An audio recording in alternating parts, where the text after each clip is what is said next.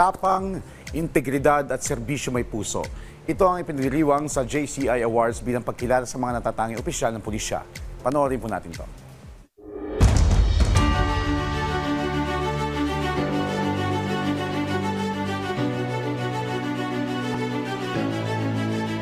Dalawampung natatanging opisyal ng kapulisan ang kinilala para sa kanilang kabayanihan, integridad at tapat na paglilingkod sa bayan. Sa ginanap na 7th Ignacio B. Jimenez Outstanding Police Service Awards noong June 5 sa PNP Multipurpose Hall sa Camp Crame sa pangunguna ng JCI Manila. Ang taunang pagkilala ay nagbibigay pugay sa mga pulis na nagpakita ng pambihirang dedikasyon sa kanilang tungkulin at nagsilbing huwaran sa kanilang hanay sa pamamagitan ng mahusay na serbisyo at malasakit sa mamamayan.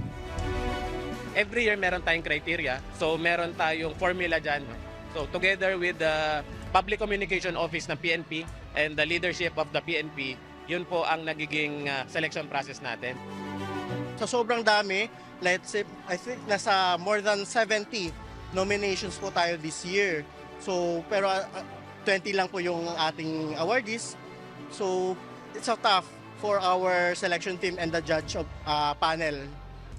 Dinaluhan ng prestihiyosong okasyon ng ilang opisyal ng pamahalaan, kabilang sa mga dumalo ay si Supreme Court Associate Justice Jose Maidas Marquez, Assistant Secretary Maria Liavel Badillo Crisostomo ng Department of Interior and Local Government para sa Communication and External Affairs at si Police Brigadier General Vina Guzman, Director ng Police Community Affairs and Development Group na nagbibigay pugay sa mga pinarangalang pulis at binigyang diin ang kahalagahan ng integridad, profesionalismo at dedikasyon sa hanay ng kapulisan. We are more than happy to recognize your hard work and earnest efforts kasi hindi lamang po nyo sinasacrifice ang kanilang time, efforts, and resources but they sacrifice heart. We are adding more resources like patrol cars, with motorcycles so that hindi na po mahirapan ng ating mga kapulisan para po sa isang tawag may agarang aksyon na po sa 911. Nagpapasalamat po kami sa mga ganitong klaseng award-giving bodies na binibigyan po ng importansya ang mga activities, ang mga ginagawa po ng ating mga kapulisan. Ang Moral and Welfare Program po, very well established naman po ang Moral and Welfare Program ng PNP. Nagkakaroon din po ng recognition ng ating mga kapulisan, so through giving of awards sa ating mga PNP for their accomplishments, lalo na po especially pagka yung mga operational accomplishments po, nakakahuli sila ng mga wanted criminals at hindi lang po yung mga anti-criminality efforts. It's also po yung community engagement po. Talagang ito po ay nabibigyan din ng atensyon ng ating pamunuan through our Chief PNP Police General Jose Melencio Sr.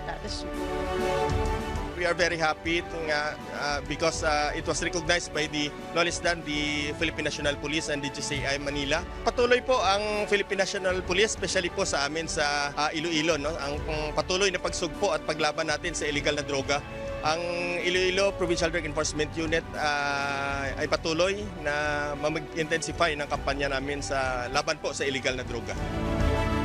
Sa panahon kung kailan mahalaga ang tiwala ng publiko, pinakita ng mga pinarangalang opisyal na ang tunay na serbisyo ay nasusukat hindi lamang sa pagganap ng tungkulin kundi sa positibong pagbabagong na idudulot nito sa buhay ng bawat Pilipino.